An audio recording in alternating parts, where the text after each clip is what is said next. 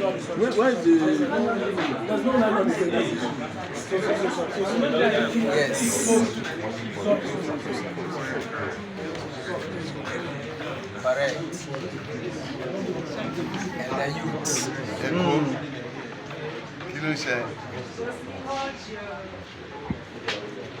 Labour Party. Forward ever. Where is your secretary? No, you can The national audio, Mr. you are here.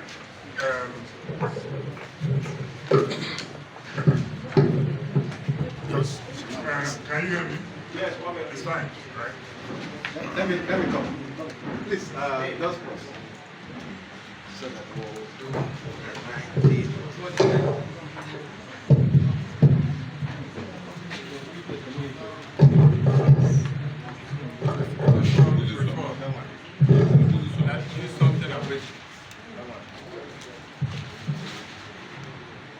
I think this is better. continue. No noise. Yeah. Labour Party. Forward ever. Labour Party. Forward ever. Forward ever. Backward never. Good afternoon, ladies and gentlemen. What we have here today is a communique that we developed as the youth wing of Labour Party after our 2024 annual meeting and workshop. As a youth wing of the party, one of the outcome of today's engagement is that the youth wing of this party have decided to lead a reconciliatory activity among the party members. This we shall do by visiting all the 36 states of the country plus FCT. Where the papa has failed, where the mama has failed, the children of the house will now start the reconciliation of the party. And the youth wing of this party have also pronounced a vote of confidence on the national chairman in the person of Barrister Julius Abure, who truly and clearly have led the party on the path of progress. And his leadership, among many other things he achieved, led us to having a powerful outing in 2023 presidential election. And as the youth wing of the party, we are demanding that the federal government, to as a matter of urgency, send an executive bill to National Assembly to legalize BVAS and electronic transmission of election results. Because the Nigerian youth are preparing for another election in 2027. And we do not intend to go into that election without electronic transmission of vote being legalized. We don't want to hear again INEC telling us that there is a technical glitch. We have been trying to identify the meaning of technical glitch, and as a youth wing of Labour Party, we have not been able to unravel and understand the meaning of technical glitch. Therefore, we are demanding that the government of the day that says that they love the youth, that they say they want to empower the youth, the first empowerment that the Nigerian youth under the Labour Party is demanding is that an executive bill for the legalization of BVAS and electronic transmission of election results be sent to the National Assembly as a matter of urgency. Wow. We also demand that Mr. President should reverse some of the policies that is practically have affected the well-being of Nigerian youth. Of course, many of them can no longer go to school because their parents can no longer afford their school fees. Many of them can no longer eat because their parents cannot afford food. We are now demanding that Mr. President, that says that he loves Nigerian youth, should, as a matter of urgency, reverse some of those policies that have caused pain to Nigerian youth. Some of those policies that practically, like the electricity bill, like the fuel increase, like even the transportation increase. We do not want the president to concentrate on building a coastal road.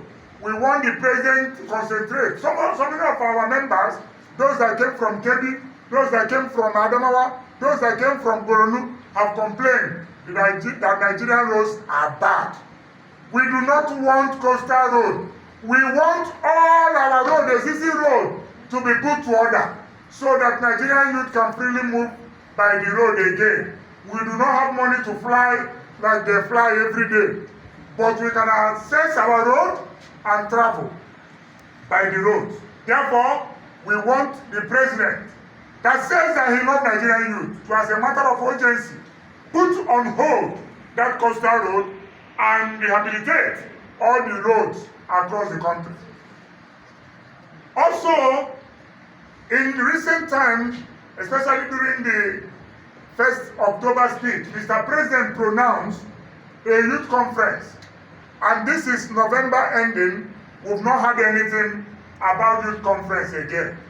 We are demanding that Mr. President should give us a template of what is required to have a very successful youth conference, because Nigerian youth are waiting to air their views, to submit memoranda, to submit their opinion in terms of governance, in terms of leadership, in terms of administration of this country.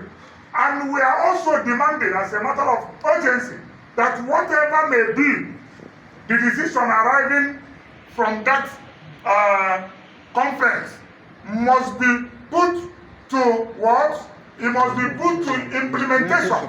We don't want it to be like the Orational report that took so many years before implementation. We don't want it to be like the 2014 confab, yes, and all the conferences that have been held in Nigeria. Yes. We want it to be implemented, because retirement is not only for civil servants. Retirement age must also reflect on politicians. Yes. We do not want politicians not to have a retirement age. We want politicians to also have a retirement age. Everywhere in the world, it is the youth that decide the direction of policy. We want it to happen in Nigeria. And the president is saying that he's a youth friendly. We want him to also submit an executive bill to National Assembly that will put a retirement age on Nigerian politicians.